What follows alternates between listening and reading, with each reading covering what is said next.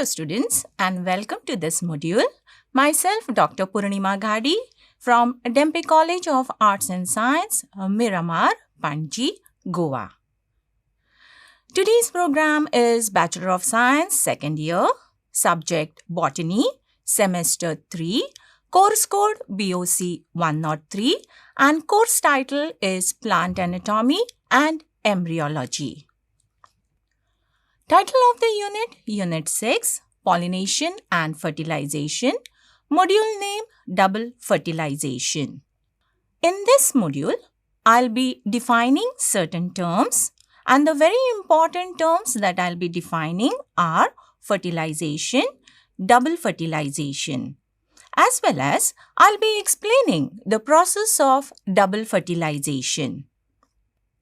At the end of this module, student defines fertilization and double fertilization along with the other terms as well as student explains the process of double fertilization. Students, in the previous modules, you have studied the pollination. That is, what is pollination, what are the different adaptations that are seen in the flowers, and then the evolved mechanism of pollination in insects.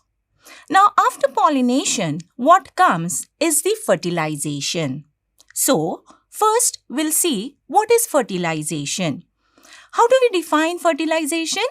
It is a process of fusion of male gamete and a female gamete to form a diploid zygote. In simple terms or in simple words, fertilization is union of male gamete and female gamete. Now, fertilization takes place in all groups of plants and it is a very important process because after fertilization, a zygote is formed which then develops into an embryo and then the embryo will develop into a plantlet. Now, after fertilization, you should know what is double fertilization. Now, why we give importance to double fertilization? The reason is, in angiosperms, you will find this process taking place. So, what is double fertilization? How do we define it? Each pollen grain, after germination, forms two male gametes. When one male gamete unites with the egg cell and the second male gamete unites with the secondary nucleus, the process is called as a double fertilization. So, in this definition, you can see that at a time, two male gametes are involved and the first gamete is uniting with the egg cell or the female gamete, whereas the second male gamete is uniting with the secondary nucleus. So, at a time, there is twice fusion of the male gametes. So, the definition is appropriate over here as a double fertilization. Now, before going to the process of fertilization, there are certain changes that are seen in the pollen grain which gets deposited on the stigma during pollination. So, first we'll see those changes and then we'll go to the process of the double fertilization. Now, when I say the changes in the pollen grain, what do I mean by this? It means that the germination of pollen grain is taking place. And how does it take place? The pollen grains which are deposited on the stigma during the pollination, these pollen grains, they are going to absorb the liquid that is from the moist surface of the stigma. Now, once the pollen grains, they absorb the liquid. Now, liquid contains water, proteins, then fats, sugar, as well as the pigments.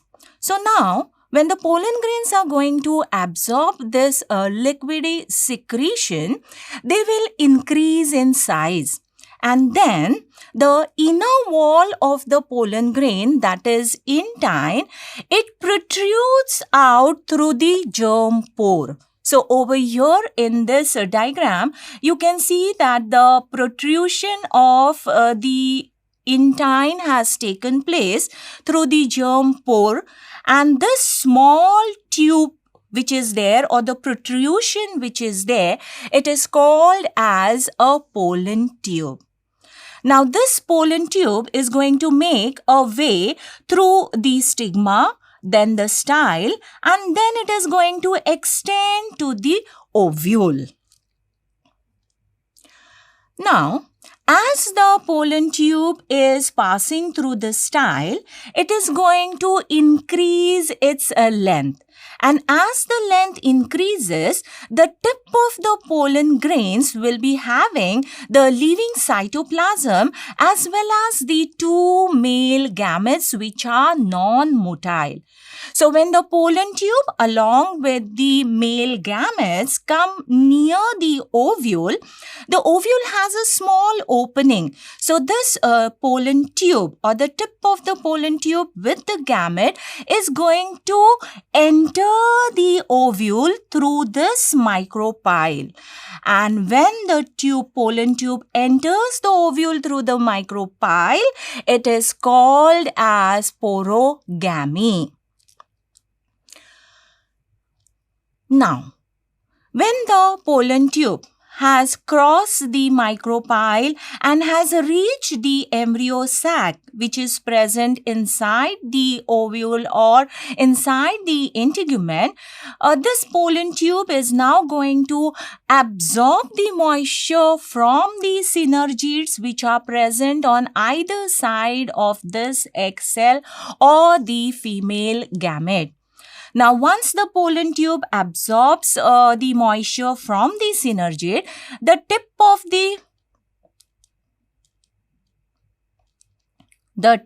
the pollen tube, it ruptures, it breaks, and when it breaks, it releases out these two male gametes. So, this is one male gamete and this is the second male gamete. Now, once the male gametes are liberated out in the embryo sac, one male gamete is going to unite with the female gamete or an egg cell to form a diploid zygote. Whereas the other male gamete which is there, it is going to unite with the secondary nucleus so as to form a triploid primary endosperm nucleus. So now this is the double fertilization. So over here you can see that at a time, one male gamete is uniting with the female gamete or the egg cell so as to form the diploid zygote, whereas the second male gamete is uniting with the secondary nucleus to form the triploid primary endosperm nucleus. Now, this triploid primary endosperm nucleus is very important because later on it is going to divide, redivide and will form an endosperm tissue which will have the nutrition or the nutritive content which are going to provide the nourishment to the developing embryo which will be formed after the division and redivision of the diploid zygote. Now, dear students, you have seen the process of double fertilization. Now, you also know what is double fertilization. But this double fertilization is also called as a siphonogamous double fertilization. Then, what is the siphonogamous double fertilization, or what is siphonogamy? It is when the non-motile gametes are carried by a pollen tube. So over here you can see that the non-motile male gametes are carried by the pollen tube towards the female gamete. So this is called as a siphonogamy. Siphon means tube and gamy means union. So actually the fertilization is taking place because of the pollen tubes that are bringing the non motile gametes towards the female gamete so as to form a diploid zygote. That means the fertilization is taking place. Now, what is the significance of double fertilization? It is a characteristic of angiosperms in which two gametes participate in fertilization, unlike cryptogam. So, it is double fertilization is seen in the angiosperms only. Then, because of double fertilization, the diploid condition is restored by the fusion of male and the female gametes to form a diploid zygote, which later on divides and redivides to form an embryo. And the other important thing is, because of double fertilization, the triploid endosperm tissue is formed that nourishes the developing embryo. And the last one is, it stimulates the embryonic development, which leads to the formation of fruits and seeds. These are the references for this e-module. Thank you, dear students.